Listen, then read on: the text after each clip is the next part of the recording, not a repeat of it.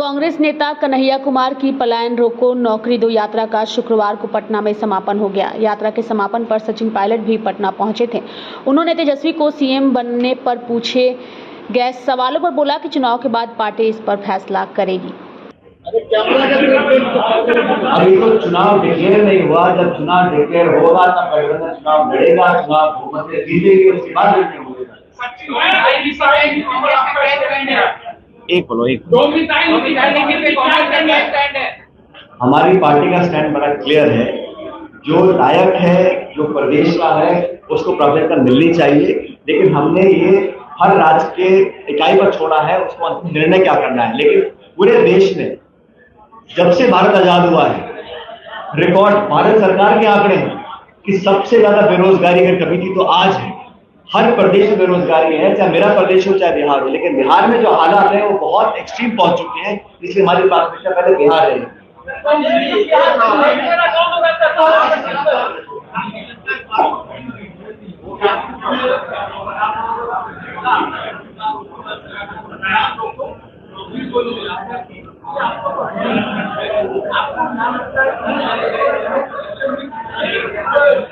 देखिए, हर political party राजनीति करती है, लेकिन जहां तक हमारी बात है, हम इस मुद्दे को आगे लेकर इसलिए आए क्योंकि तमाम दलों ने इसको प्राथमिकता नहीं दी। और कांग्रेस पार्टी हो, हमारा frontal organisation youth Congress NSUI है, अगर हम नौजवान की बात करते हैं तो क्या गलत कर रहे हैं? अगर जनता को हम जागरूक कर रहे हैं कि आपके साथ धोखा पिछले कई दशकों से हो रहा है और हम लोग आपके दुख को समझ रहे हैं, आपके दुख का एहसास हमको है और हमारी आपकी सोच एक है, ये जनता तक पहुंचने का हमारा जरिया है। और मुझे लगता है कि ये बहुत ज्वलंत मुद्दा है और कांग्रेस पार्टी की बातों पर जनता का विश्वास है। राहुल जी ने जो बार बार इस बात को रेखांकित किया है कि नौजवान हमारी प्राथमिकता है, वो बिहार में भी लागू है। उसमें क्या दिक्कत क्या है?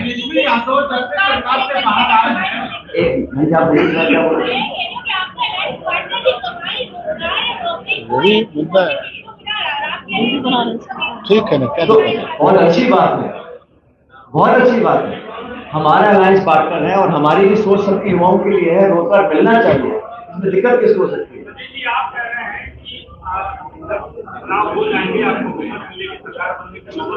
सेटल एजेंडा है, हम लोग बार बार कह चुके हैं। बोले तो मैं बता दूंगा।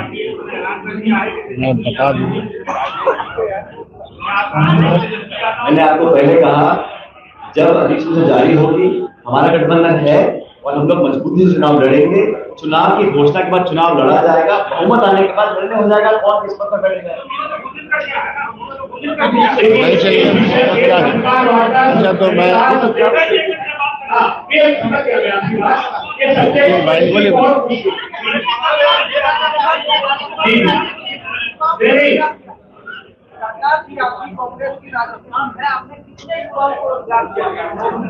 हम लोगों ने पिछली सरकार राजस्थान में नहीं, उसे ज्यादा दिया। और इस सरकार ने सुन लीजिए, ये सरकार जो बनी है अभी 1 साल पहले, इसने सदन के पटल पर घोषणा करी कि 4 लाख रोजगार देंगे, आज तक नहीं दिया। तो वहां भी सवाल पूछ रहे हैं, जो सरकार नौजवान के साथ वादाखिलाफी करेगी, सरकार से सवाल पूछ रहे हैं। बता दें कि कांग्रेस नेता कन्हैया कुमार की पलायन रोको नौकरी दो यात्रा शुक्रवार को 27 दिनों के लंबे सफर के बाद पटना में समाप्त हुआ। इस यात्रा की शुरुआत 16 मार्च को पश्चिम चंपारण के ऐतिहासिक गांधी आश्रम से हुई थी, जिसका उद्देश्य बिहार में बेरोजगारी, पलायन और युवाओं की अनदेखी के खिलाफ जन जागरण फैलाना था। वहीं आज इस यात्रा में जब सचिन पायलट पहुंचे थे तो सुनिए इस यात्रा में पहुंचने से पहले एयरपोर्ट पर उन्होंने क्या कहा।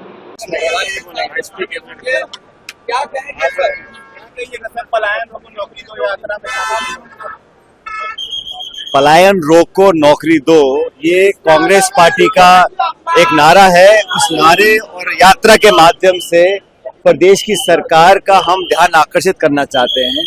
जिस प्रकार की उथल पुथल की राजनीति हो रही है और प्रदेश में जो शासन चला है, जनता ने खूब देख लिया और नौजवानों के प्रति जो बेरुखी इस प्रदेश सरकार की है वो पूरी जग जाहिर हो चुकी है। कांग्रेस पार्टी, युवक कांग्रेस, एनएसयूआई, ये तमाम जो हमारे नौजवानों की जमात है, इन्होंने सैकड़ों किलोमीटर की यात्रा तय करी है। आज उस यात्रा का समापन है। हमारी एक ही मांग है कि आप घोषणाएं करते हैं, वादे देते हैं, जुमले करते हैं, केंद्र की सरकार और राज्य की सरकार, इन्होंने अगर एक सबसे बड़े वर्ग की अनदेखी की है वो नौजवान तबका है। चाहे पेपर लीक हो, चाहे परीक्षा में धांधलीबाजी हो, चाहे नौकरी में धोखा दिया हो, लेकिन लाखों करोड़ों नौजवानों के अरमानों पर जो पानी फेरा है प्रदेश सरकार ने, उसका जवाब मांगने, जनता को विश्वास दिलाने कि कांग्रेस पार्टी, राहुल गांधी जी और पूरा संगठन हमारा नौजवानों के साथ खड़ा है, उनको संबल देने के लिए, ताकत देने के लिए, विश्वास जताने के लिए यात्रा निकाली गई है। यात्रा के समापन के अवसर पर मैं यहाँ पर आया हूँ। तमाम नेतागण, हमारे प्रभारी कृष्णा जी, हमारे अध्यक्ष जी, हम सब मिलकर नौजवानों में उत्साह और विश्वास पैदा करेंगे कि कांग्रेस हमेशा उनके साथ खड़ी रहेगी। देखिए, हम लोग चाहते हैं कि सरकार ने अब तक जो चुनाव जीतने का गणित बिठाया है, सिर्फ और सिर्फ जातिगत राजनीति करी है, पाले बदले हैं। केंद्र सरकार ने जो बिहार को वादे किए थे, लगातार उन पर पानी फेरा है। तो हम जवाब मांगने का काम करेंगे। युवा कांग्रेस NSY, चाहे विधानसभा हो, चाहे मुख्यमंत्री का निवास हो, हर जगह लोकतांत्रिक तरीके से, गांधीवादी तरीके से, अहिंसा वाले रास्ते पर चलते हुए जोर शोर से, पूरे दम के साथ प्रदर्शन करेंगे। एक लोग कह रहे कि पलायन आप ही लोग के राज में शुरू हुआ था सर। कौन सत्ता में 11 साल से केंद्र में, और कौन शासन चला रहा है यहाँ सालों साल से बिहार में, सब जानते हैं। कितनी बार जनता ने मौका दिया, हर बार जुमले, झूठे वादे और झूठे आश्वासन के अलावा नौजवानों को कुछ नहीं मिला।